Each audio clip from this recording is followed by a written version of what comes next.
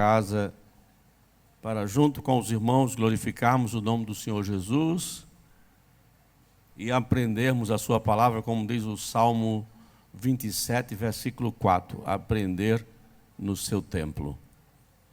Convido a igreja para se colocar em pé, em reverência à palavra de Deus, e abrirem as Escrituras no livro, aliás, na carta do apóstolo São Paulo aos Filipenses,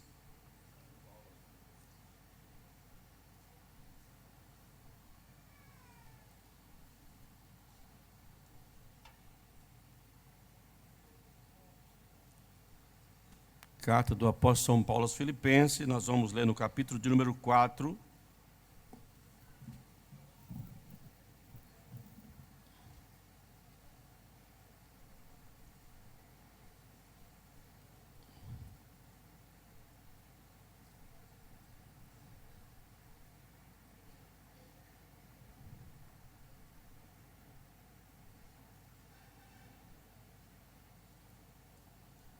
a partir do versículo 4. Amém? Regozijai-vos sempre no Senhor. Outra vez, regozijai-vos. Seja a vossa equidade notória a todos os homens. Perto está o Senhor. Não estejais inquietos por coisa alguma. Antes, as vossas petições sejam em tudo conhecidas diante de Deus, pela oração e súplica com ação de graças. E a paz de Deus, que excede todo entendimento, guardará os vossos corações e os vossos sentimentos em Cristo Jesus. Quem confirma?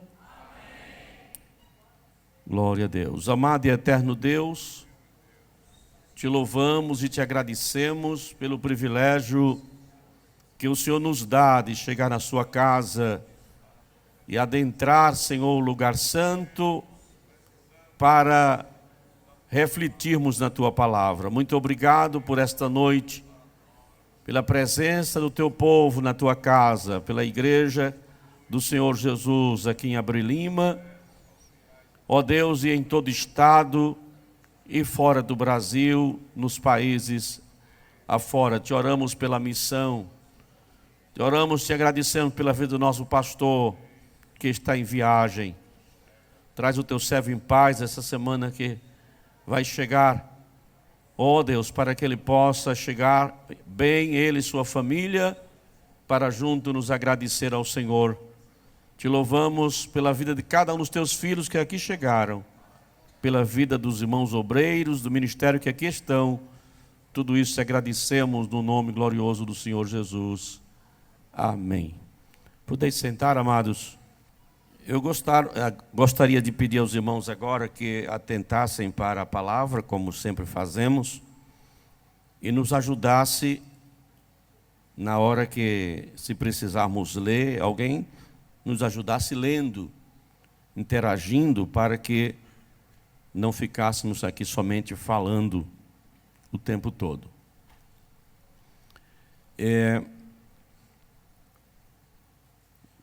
A carta aos Filipenses, como nós sabemos, ela surgiu de um desejo do apóstolo São Paulo de enviar para aqueles amados irmãos, como prova de gratidão. Ele desejava agradecer àquela igreja que, naquela fase, tinha enviado uma ajuda financeira para a sua manutenção. E como nós sabemos, o objetivo era esse.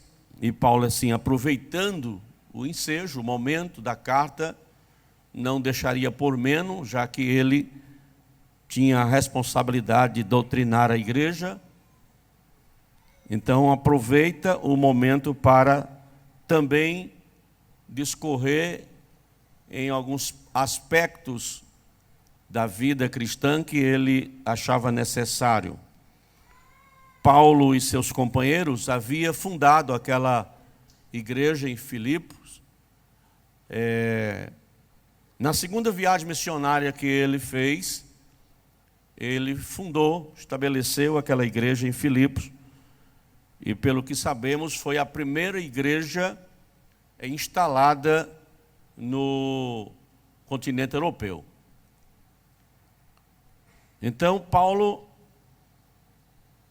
amava muito essa igreja, porque era uma igreja que ela vinha se mantendo muito bem dentro do contexto da palavra de Deus que havia tido aprendido com ele e os demais obreiros que acompanhavam. E Paulo então discorre dentro desse texto. Se os irmãos um dia resolverem ler toda a carta, que ela é pequena, né?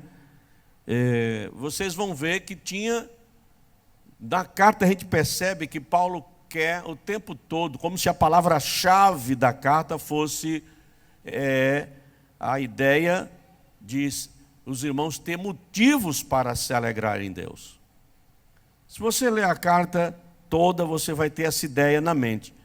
De fato, ele queria passar para os irmãos que eles tinham motivos 1000 para louvar, agradecer a Deus e estarem sempre alegres no Senhor. Por isso que, nesse capítulo 4, versículo 4, eu comecei desse ponto exatamente para focalizar que ele começa com a questão, com a palavra regozijai-vos, alegrai-vos. Algumas traduções até vêm já com essa expressão. Alegrai-vos no Senhor, regozijai-vos sempre no Senhor. Não é uma alegria que as pessoas consigam fazer baseada em outras coisas. A alegria que o mundo traz, por exemplo, ou parece que traz, né? As pessoas têm as festas mundanas e alguns dizem que está alegre. Mas não é essa alegria que Paulo está falando, porque nós sabemos que está falando da alegria do Senhor. E ele é bem claro quando ele diz que deve regozijar-se sempre no Senhor. Não tem um momento em que deve ser no Senhor e em outro momento não no Senhor. A alegria que deve contagiar a igreja, que deve contagiar o crente, que deve manter-se dentro do crente, é uma alegria interior. Digam amém. Não é nada de fora, é de dentro para fora e não de fora para dentro. Dentro do crente deve haver um banquete contínuo. Amém? Porque quando nós aceitamos a Cristo, o Espírito Santo veio sobre nós. Sim? Sim ou não? Sim. Com a chegada do Espírito Santo, a nossa vida mudou completamente.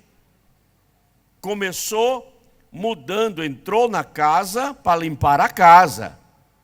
E começou mudando os nossos pensamentos, modificando a nossa mente, regenerando os nossos pensamentos, a nossa mente, para que agora tivéssemos, como diz Paulo em outros momentos, a mente de quem?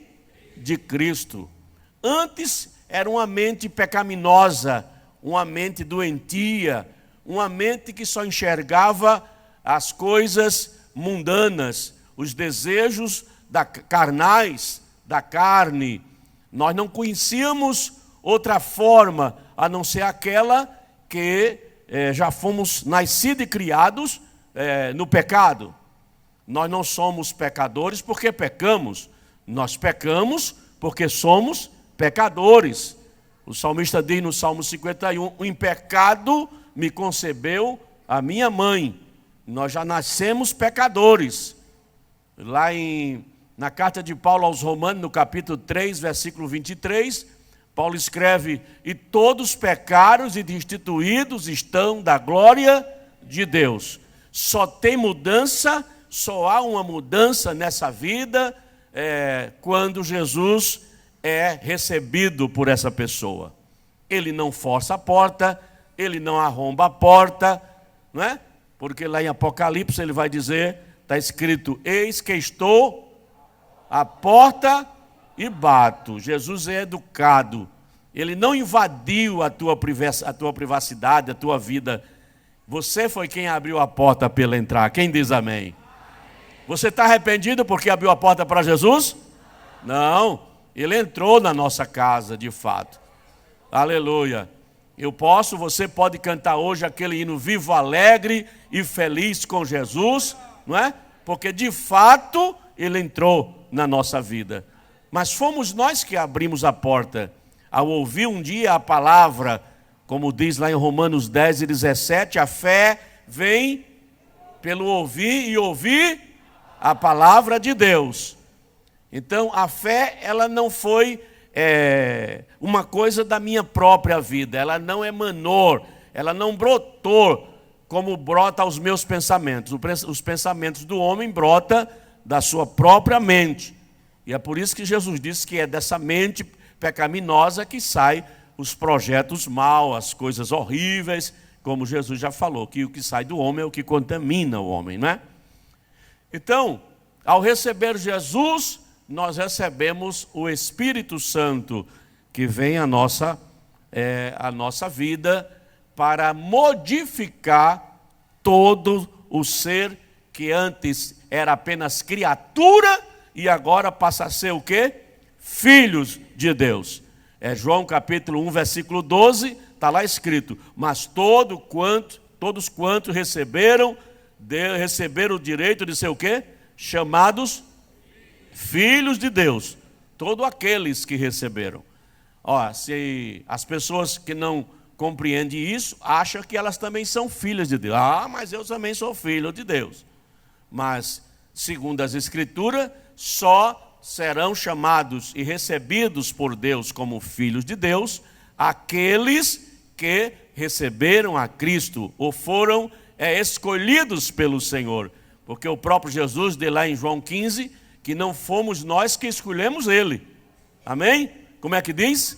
Mas Ele nos escolheu. Quantos escolhidos o Senhor tem aqui? Levante a mão e dê glória a Ele.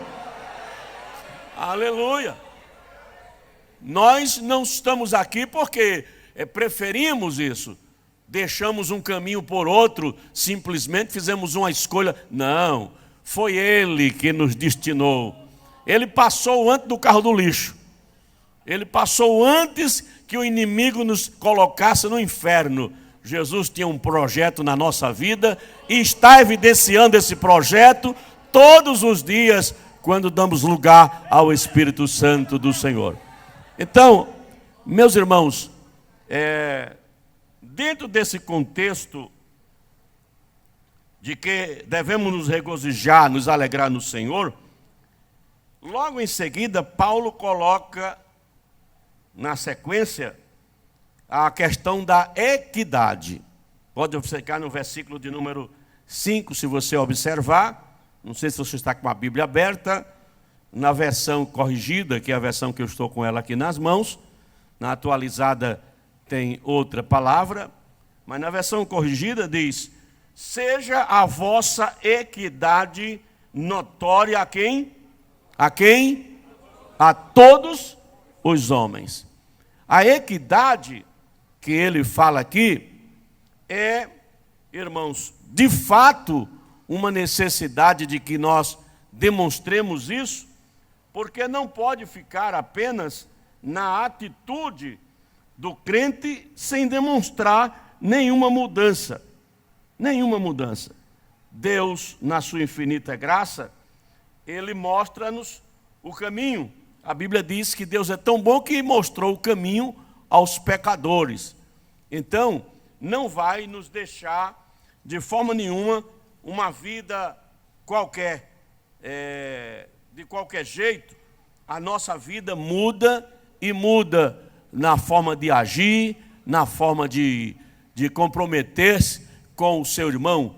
Ou seja, nós começamos então a ser temperante nas atitudes, sóbrio, tem uma forma de agir diferente da forma que era. Temos que ter essa equidade. Na nossa parte, tem algumas coisas que aprendemos.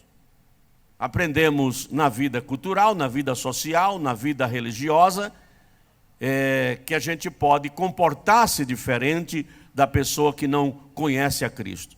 Mas tem uma coisa que a gente vai analisar aqui, que vai além do que a gente pode aprender com a vivência religiosa. Dentro desse pensamento, se formos mais adiante, logo na sequência, depois da equidade, que a gente precisa apresentar, para que todas as pessoas percebam que a gente mudou nessa forma de agir, nessa forma de ser. Agora vem a questão de que a gente precisa não perder essa forma de estarmos quietos. Ele diz bem assim, na versão que está aqui: não estejais inquietos por coisa alguma.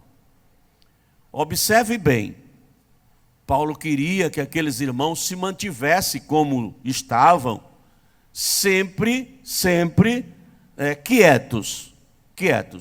Não perdesse esse equilíbrio, não saísse dessa condição. Por quê? Porque quando o crente, ele atravessa essa fronteira para a inquietação, é porque ele mudou seus pensamentos. Vamos lembrar um pouquinho da presença, da visita de Jesus na casa de Marta e Maria. Eu acho que é em Lucas capítulo 10, por favor. Lucas capítulo 10, se eu não estou enganado. Jesus visita a casa de Maria. Capítulo 10, versículo de número 38. Diz que,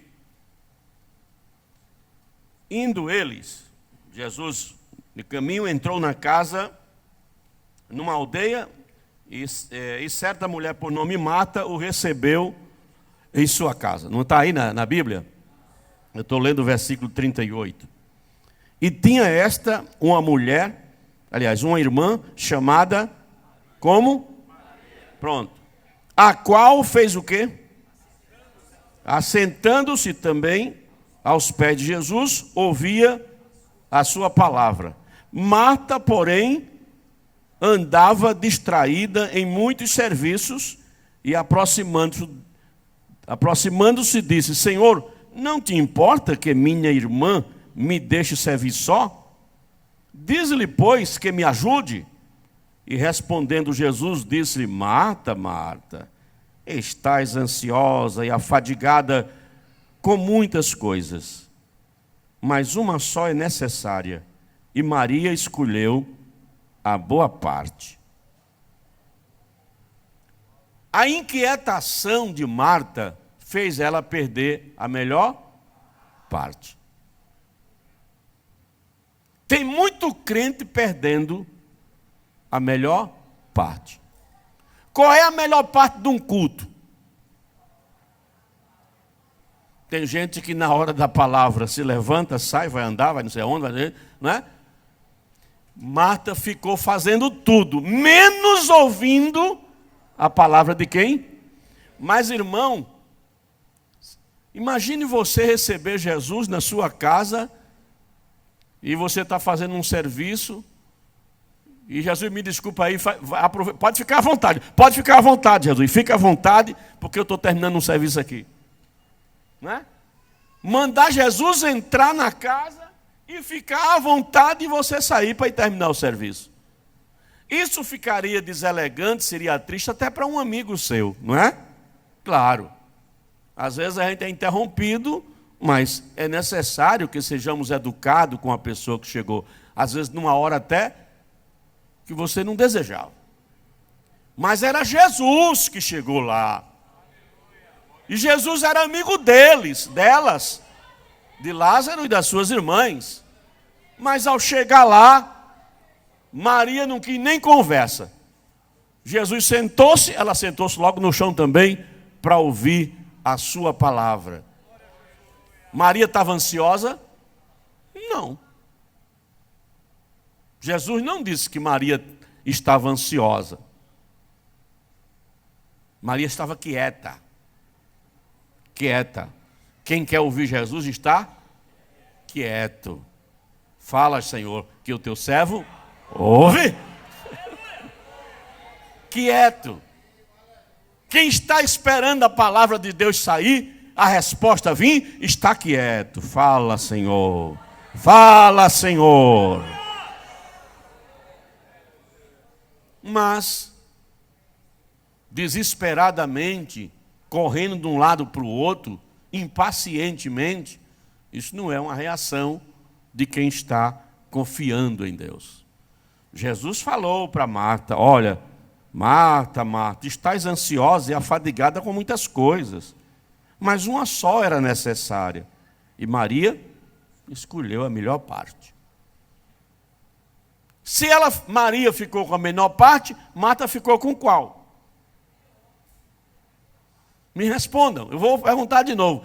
Se Jesus disse que Maria pegou a melhor parte, qual foi a parte que sobrou para Marta? Diga mais alto. A pior. E eu não sei nem qual foi a pior, viu? Mas que se uma pegou a melhor e ficou a pior para a outra. É uma pena a pessoa receber Jesus em casa e ficar com a pior parte. Tem um leproso, lá em João, no livro de João, tem uma passagem de um leproso, acho que é do capítulo também lá, 12, né? Tem um leproso que convidou Jesus para um jantar na casa dele. E Jesus foi. E participou do jantar. Aleluia. Participou do jantar. Depois saiu, foi embora e o cara ficou leproso do mesmo jeito. Mas imagine, irmão, como é que você tem uma oportunidade de ter Jesus na sua mesa e deixa ele ir e tu fica com a lepra? Mas veja que comportamento tinha esse sujeito. Foi pior do que Naamã, não foi? Naamã pelo menos resistiu, mas os servos de Deus disseram, mas o homem de Deus disse que era 7 mergulhos. Mas eu vou lá tomar banho nesse rio. Eu quero aquele rio cristalino de lá. Não, mas ele disse que é aqui. E insistiram, e ele foi fazendo, até que recebeu a cura. Mas esse leproso lá, que Jesus visitou e jantou na casa dele, não soube aproveitar a melhor parte. Soube? Não soube. A melhor parte é aquilo que Deus pode nos dar através da sua palavra. Voltando ao texto de Filipenses, no texto de Filipenses,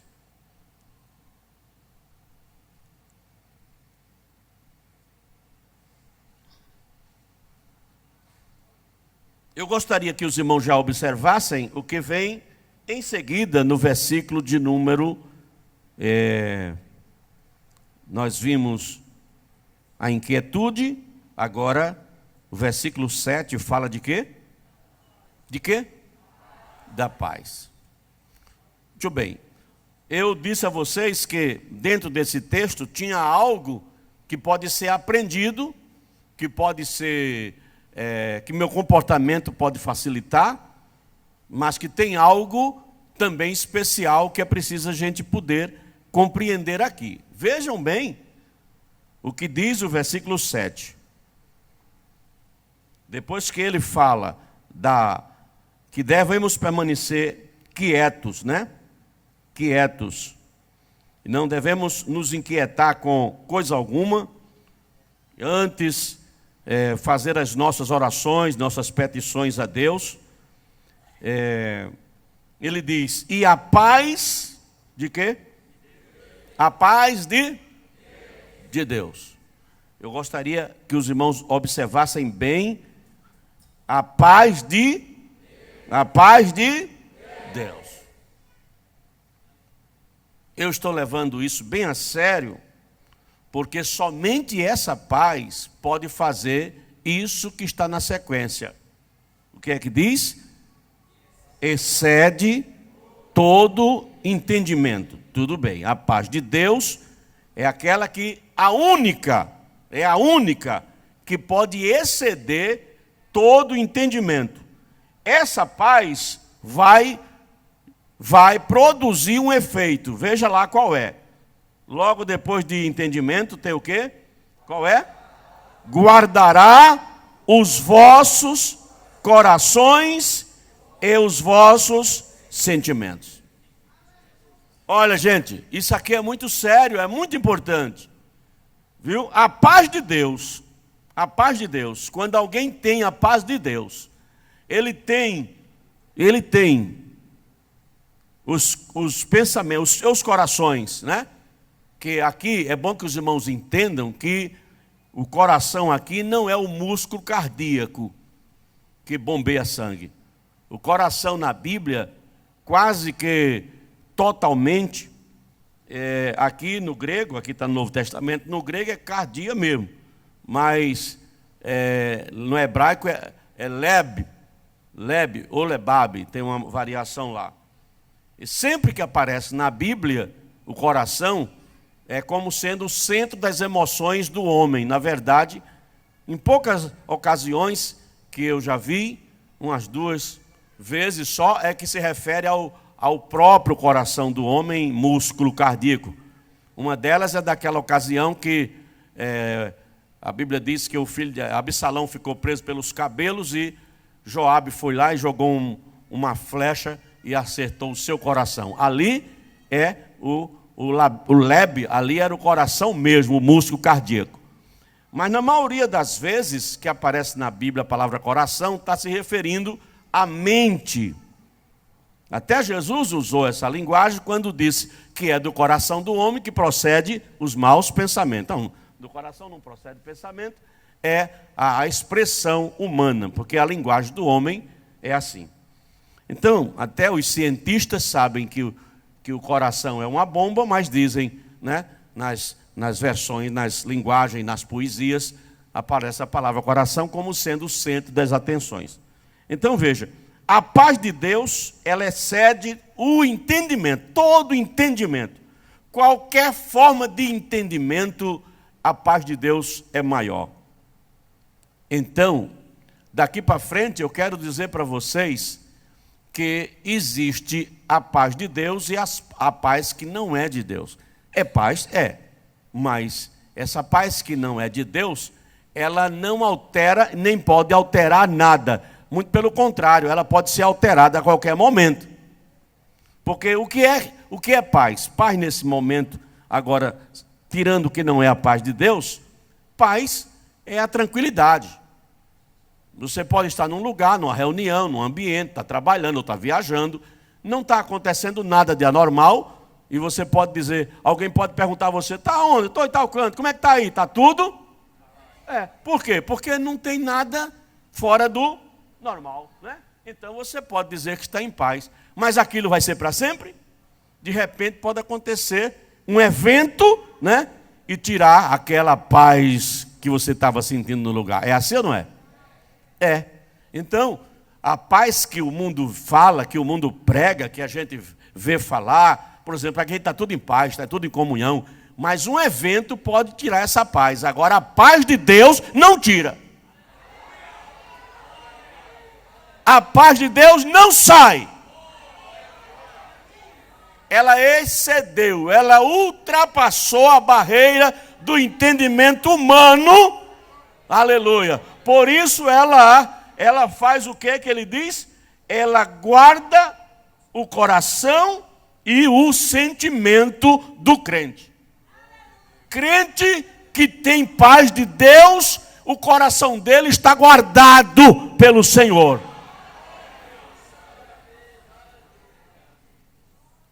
Seus sentimentos também são preservados pela palavra de Deus, pelo Senhor.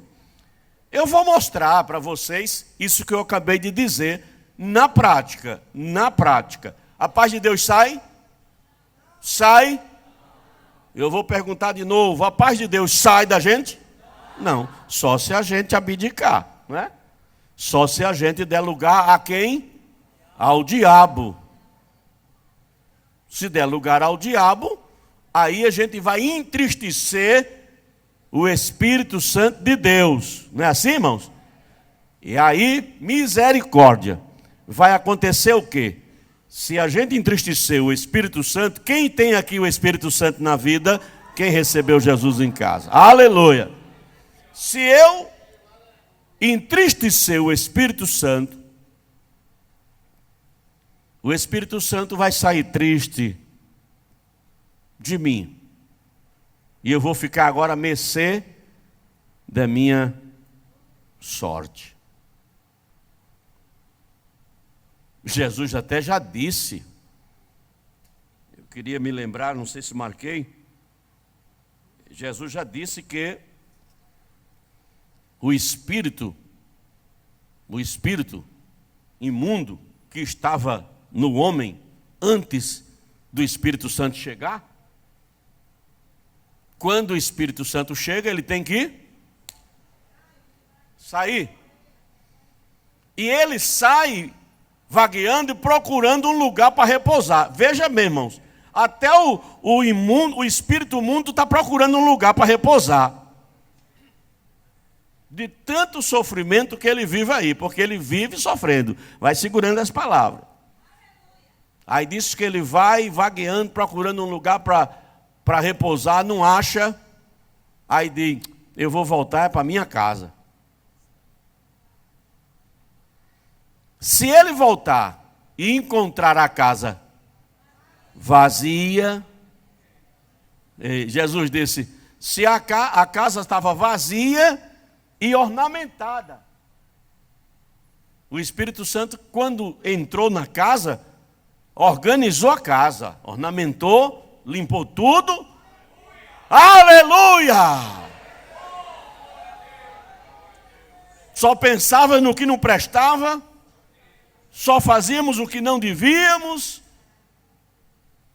Paulo diz na carta aos Efésios, no capítulo 2, versículo 1, ele diz, nós estávamos mortos nos nossos pecados e delitos, e ele, Jesus, nos vivificou.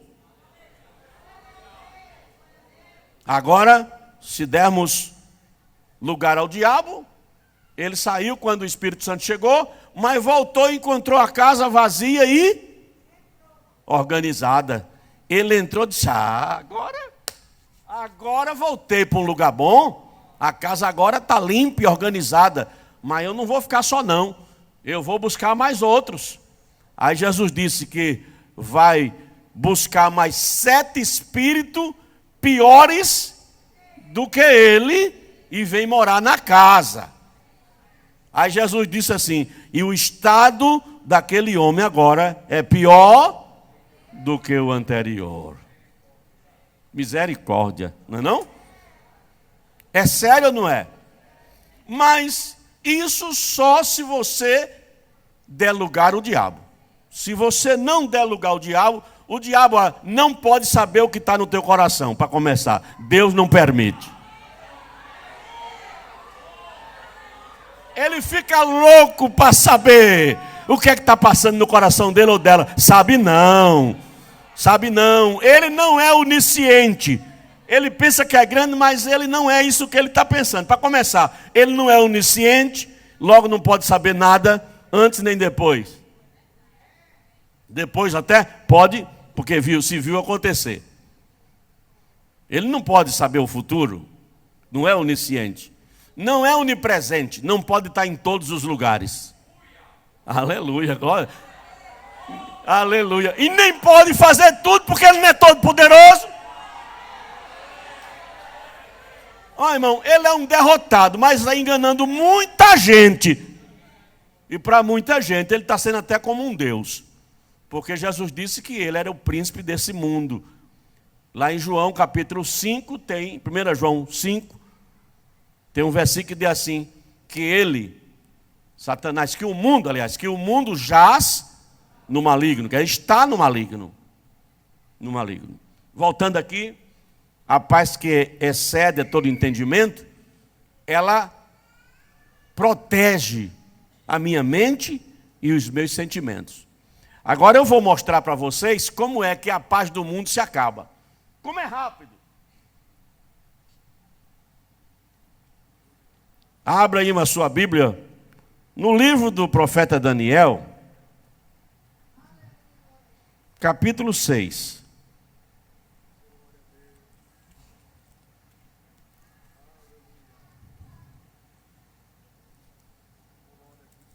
Aliás, capítulo 6 não. 5, capítulo 5. Por favor. O rei Belsazar deu um grande banquete a 1000 dos seus grandes e bebeu vinho na presença dos 1000. Estava em paz? Estava não, estava. A paz do mundo é isso aí, não é? Para eles isso é paz. Estava na maior farra lá, não é? Era um momento de congratulação, de comemoração, de qualquer coisa lá. Vamos lá. Havendo Belsazar provado o vinho, mandou trazer os utensílios de ouro e de prata que Nabucodonosor, seu pai, tinha tirado do templo que estava em Jerusalém, para que bebesse neles o rei, e seus grandes, e as suas mulheres e concubinas. Então trouxeram os utensílios de ouro, e foram tirados do templo da casa de Deus, e estava em Jerusalém, e beberam nele o rei, e seus grandes, e suas mulheres e concubinas. Beberam o vinho, e deram louvores aos deuses de ouro, de prata, de cobre, de ferro, de madeira e de pedra. Na mesma hora, apareceu, pronto, aí agora, estava tudo em paz, estava ou não estava? Oxe, festa, vinho e tome lá. Agora do versículo 5 em diante, ele diz assim, ó. Na mesma hora, quer dizer, naquele mesmo momento que estava acontecendo aquilo, apareceram uns dedos de mão de homem e escreviam defronte do castiçal, na estucada parede do palácio real. Está lá uma mão, os dedos lá, oh, aleluia! Cadê a paz do homem? Vamos ver se ele ficou em paz? Vamos ver. Dedos de mão de homem e escreveram defronte do castiçal, na estucada parede do palácio real. E o rei via a parte da mão que estava, ele via. Eita! Então se mudou o semblante do rei e os seus pensamentos, acabou-se a paz. Porque a paz de Deus não é assim. Ela não desaparece, nem mesmo na maior perturbação da vida. Não desaparece. Desapareceu de Jó? Depois de tudo aquilo que aconteceu com Jó, aí não restava mais nada. Porque até ele era uma ferida só. E a mulher, só restava a mulher para agorar ele. A mulher disse assim, tu ainda quer manter essa integridade com esse Deus? Amaldiçoa esse teu Deus e morre. Ele estava sofrendo ou não estava? Estava ou não? Ele estava sofrendo subjetivamente, quer dizer, mentalmente, porque tinha perdido os filhos, os bens, né? E a saúde, mas principalmente porque ele estava sofrendo as chagas. Mas ele não perdeu a paz. Ele disse, tu fala como qualquer louca, porque eu vim de lá sem nada, nu, e vou voltar para ele sem nada. Bendito seja Deus!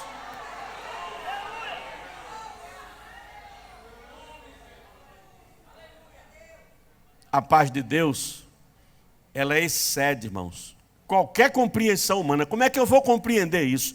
Como é que um homem no estado de Jó Pensa, tu já meditasse um pouco na vida de Jó? O camarada era o homem mais rico lá de onde ele residia. O texto diz que ele era o mais rico. De um momento para outro ficou pobre, sem nada e uma chaga só, da cabeça aos pés. Mas tinha a paz de Deus. Vamos para outro assunto. Vamos lá para Atos dos Apóstolos agora. Vamos lá. Tem coisa que só a palavra de Deus nos mostra. Vamos aqui. Capítulo 7. Abra aí a sua Bíblia, amado. A gente está falando da paz de Deus, não é? Porque a do homem você já viu que se acaba, é só um eventozinho, acabou-se. Entra logo a perturbação, não é? Vem logo a perturbação. Está tudo em paz, daqui a pouco, pronto. Está lá no mar, levanta-se uma tempestade, pronto, entraram tudo em pânico. Se Jesus não estivesse lá, não é? Os discípulos entraram em pânico, porque ainda não tinham experimentado a paz de Deus. Observem aí, capítulo 7, versículo 59, é o versículo de número 60 de Atos dos Apóstolos. Acompanhe comigo. E apedrejaram a Estevão, que em o quê? Invocação, em oração a Deus, invocando a Deus, dizia: Senhor Jesus, recebe o meu espírito. E pondo-se de joelho, clamou em grande voz: Senhor, não lhe imputes este pecado. E tendo dito isto, adormeceu. Perdeu a paz de Deus? Apedrejado. Nem amaldiçoar aqueles que jogaram as pedras, ele fez isso. Aliás, antes desse momento aqui, ele disse: eu estou vendo o céu e o Filho do Homem, aleluia, na porta me esperando. Vai compreender isso? Faz força para compreender isso. Vai para a faculdade estudar teologia, barabibia, tudinho para ver se compreende isso. Não tem quem explique Deus. É uma paz que é maior do que qualquer entendimento humano. Não dá para entender como é que uma pessoa que está sendo apedrejado, que está ali sendo martírio de uma situação daquela, mas firme na sua fé. Porque a paz que ele tinha, não perdeu. Não perdeu a paz, não perdeu a calma, não perdeu nada. Nem a vida ele perdeu, porque Jesus disse que aquele que perder a vida por amor dele, ganha, Axalá.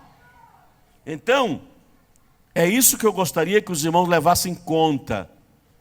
Tem coisa que na vida religiosa a gente pode aprender, que é comportamento. Paulo, como estava dizendo, alegrai, irmão, vocês têm que se alegrar, se regozijar no Senhor, dar glória ao nome de Jesus, porque tem muitos motivos para isso. Se a gente quiser ver um dos motivos, é só ler o Salmo 126, versículo 2, vê se não é um motivo grande.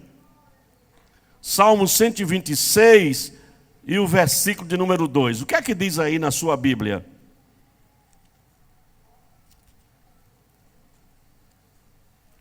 Os irmãos acharam?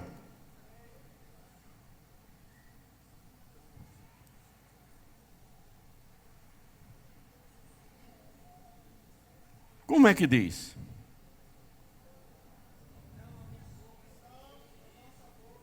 Mas é para dizer alto e de pé. Vai.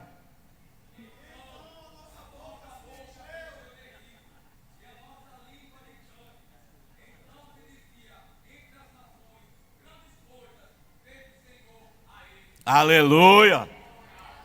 Dá para agradecer a Deus agora aí e dizer, porque Paulo, olha, vocês têm que se alegrar no Senhor.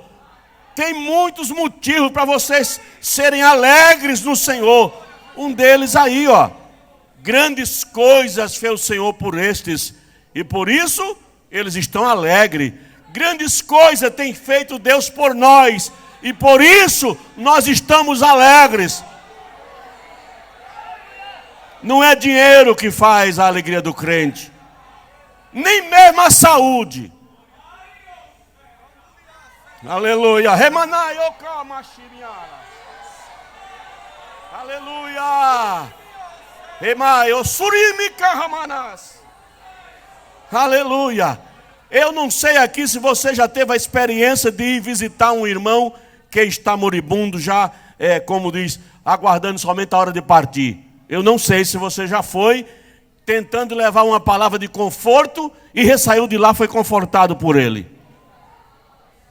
Alguém já teve essa experiência aqui? Como é que pode uma pessoa que está lá, num estágio já final, e você chega lá querendo levar uma palavra, né, de conforto, e aquela pessoa começa a falar para você e conforta a tua alma? Como é que pode explicar isso? É essa paz que é maior do que o entendimento humano, irmãos. A minha mãe passou 7 anos enferma.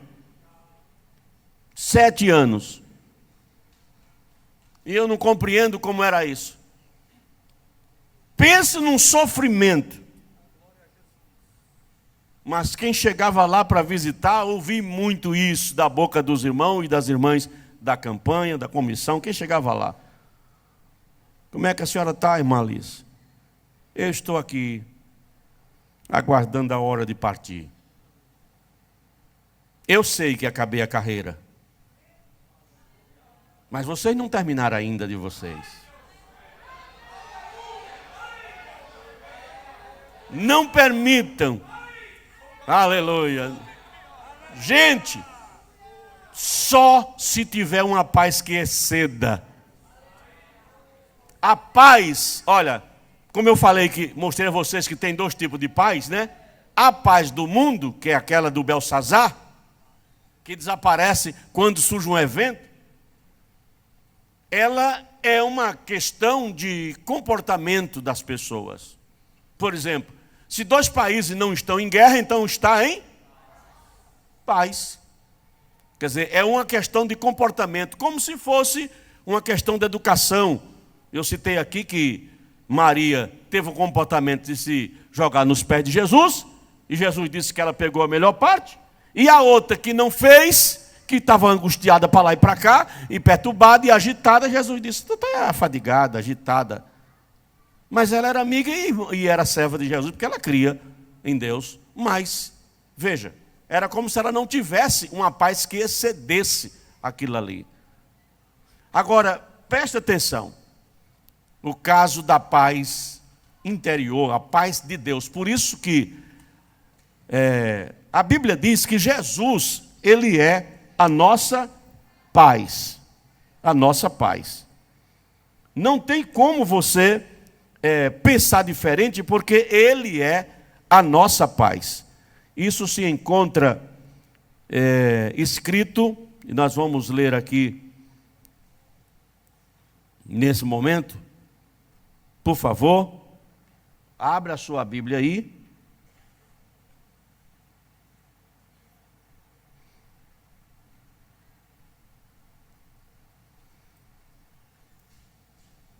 Aliás, no texto que você conhece, ele disse: eu os dou a minha paz vos dou, e eu não dou como o mundo dá, não foi? Porque Jesus sabia muito bem que a paz dele é algo espiritual. A outra não, a outra é como é que eu chamei aqui? Um comportamento humano. Se eu não estou em atrito com a pessoa, aí a linguagem diz que nós estamos em paz. E olhe lá, hoje, veja se não é verdade. Hoje já tem muitos irmãos que não saúdam mais assim, não saúdam mais com a paz do Senhor. Eu tenho recebido, às vezes, zap e até saudação dos irmãos: paz, pastor, paz. Não é? Paz não, meu filho, é paz do Senhor. Porque paz pode ser essa outra aí que o evento acaba. Não é? Tem que ser paz do Senhor. Paz do Senhor. Quando eu comecei aqui, no início, eu disse a paz do Senhor. Não foi? Não foi? Irmãos, paz. Porque se eu não disser a paz do Senhor, eu não estou falando dessa paz que excede o entendimento. Dessa paz que é uma questão espiritual. Entendeu? Paz pode ser essa paz aí. Está tudo em paz. Eu não quero essa paz. Eu quero a paz do... Queira também a paz do... Mas parece que tem gente que está com vergonha de dizer a paz do Senhor. Aí de paz. Paz não, rapaz. É paz do Senhor. Que é a paz que excede todo entendimento. Em Hebreus 12, 14, diz: segui a paz com todos e a santificação, sem a qual ninguém... Pronto, essa paz que a gente tem que seguir, persistir, é essa que excede o entendimento. É essa que recebemos dele, como foi o caso de Estevão. Amém, meus irmãos? Se você olhar, lá em Isaías 9,6, diz que Jesus é o príncipe da paz. Se formos até João 16:33, ele diz que disse todas aquelas coisas para que tenhamos paz nele. Porque no mundo não se tem paz, se tem a aflição. Foi Jesus que disse. Aí tem gente enganada com a cor do mundo, colorido, não é? Mas está tudo em paz. Lá não tem confusão nenhuma. Paz não é isso. Paz é aquela coisa espiritual que vem, que ninguém consegue explicar. Só quem sente de Deus, somente sabe o que está sentindo. É uma questão espiritual, é um ato espiritual de Deus, a paz de Deus. Deus é a paz. Em Marcos 9:50, versículo 50, Jesus diz que devemos ter sal em nós mesmos e paz uns com os outros.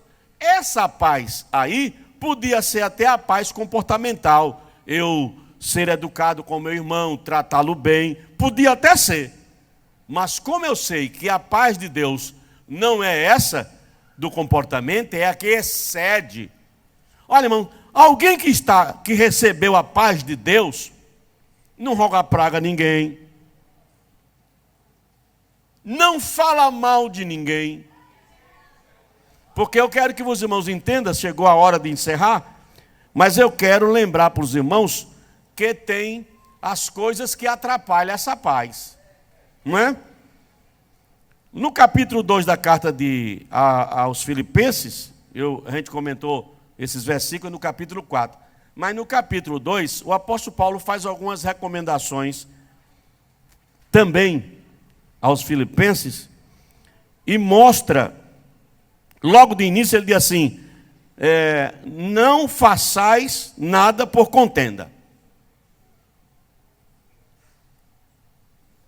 Não façam a coisa com contenda. Olha, contenda não é negócio de cristão. Aleluia, porque tem gente que acha que é, né? Mas tem gente que sabe que não é para fazer. É melhor sofrer do que fazer a igreja do Senhor sofrer, que tem preço. Tem preço. Viu? Então, tem pessoas que não sabem nem que está criando um problema para a igreja de Cristo. A contenda, irmão, é o resultado de outras atitudes humanas. Ela em si é algo que é como se fosse o efeito de outras atitudes humanas. Entre elas, eu podia dizer o ódio. Em Provérbios 10:12, o ódio excita contenda. As pessoas que odeiam são provocadoras de contenda. Elas vivem cheias de ódio. A soberba, o que é soberba? Orgulho. Pessoas orgulhosas geralmente também tem facilidade de criar contenda. E o ódio, eu citei Provérbios 10:12, e a soberba, diz a Bíblia, Da soberba só provém a contenda. Capítulo 13, versículo 10 de Provérbio. A outra coisa que provoca contenda em todo canto e tira a paz do ambiente é a maledicência. Capítulo 26, versículo 20 de Provérbio. O nome maledicência é a atitude que se dá, é o nome que se dá à atitude da pessoa que é maldizente. A pessoa maldizente são aquelas pessoas que falam mal dos outros. Então, quem fala mal dos outros, qual é o apelido dele daqui para frente? Maldizente. Como é o nome daquele irmão? Aquele irmão é maldizente. E o nome daquela irmã é maldizente. Ele fala mal dos outros. Então, essas pessoas, aonde elas estão, geralmente elas geram paz, não é? Não é paz, não? Ou ela gera o quê? Contenda. Aí a Bíblia diz, para se acabar a contenda é como fogo. É só tirar a lenha do fogo. O fogo vai se apagar? Vai. Sem lenha, diz a Bíblia, o fogo se apaga. Sem maldizente, a contenda se acaba.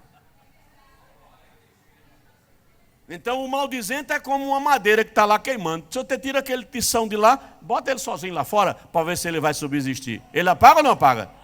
Então pronto. Se tirar o maldizente do meio, acaba a contenda. Então você veja, essa paz pode ser quebrada por uma pessoa contenciosa. Então não é um ato espiritual, é uma questão de organização humana, social. Mas a paz de Deus não é isso não. A paz de Deus é aquela que ninguém consegue explicar. Glória a Deus. Por mais que se estude, não consegue explicar. Você pode ser doutor, pode ser PhD, pode ser o que você quiser ser. Mas você não explica essa paz de Deus. Porque ela supera o pensamento humano. Você pode arranjar qualquer coisa para querer fazer uma ficção, mas não dá, porque ela excede, ela é maior do que a nossa mente pode avaliar. Quem diz amém? Quem tem essa paz de Deus aqui? Pode dar um glória para ele?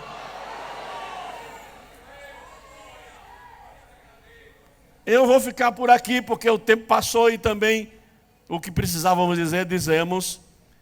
Não lembrei aqui de três referências que vêm na mente e depois fugiu a referência. Mas os irmãos sabem o que está escrito. Eu gostaria de dizer para vocês o seguinte: se amanhã surgir alguma coisa na vida de vocês que forem para tirar a paz de vocês, lembrem-se dessa palavra. Podem até mexer com o seu comportamento.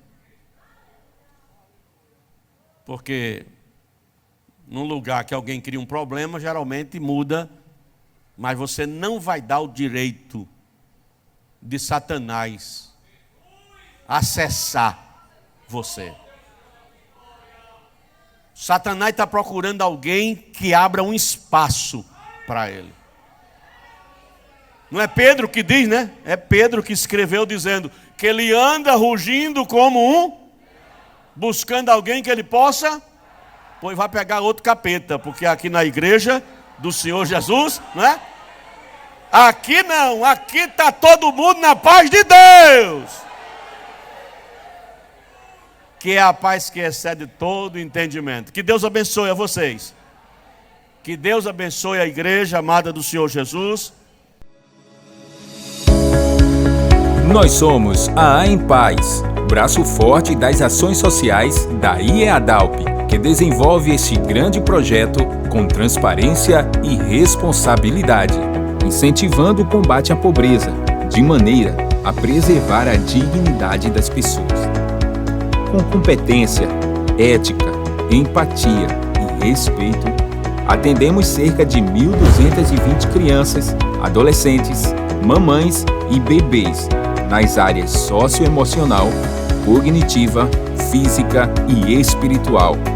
Nosso compromisso é fazer o bem, em nossos 5 núcleos, nas cidades de Abreu e Lima, Paulista, Bezerros, Catende e Jurema. As crianças recebem suporte escolar, realizam exames médicos, participam de oficinas de grafitagem, feltro e biscuit e praticam esportes como o futebol e o judô. Além disso, são distribuídas refeições, não só para as crianças, mas para toda a comunidade, e milhares de cestas básicas para as famílias assistidas pelo projeto. E mais, em nosso projeto, além de realizarmos um evangelismo pessoal, as crianças são acompanhadas constantemente por uma psicóloga.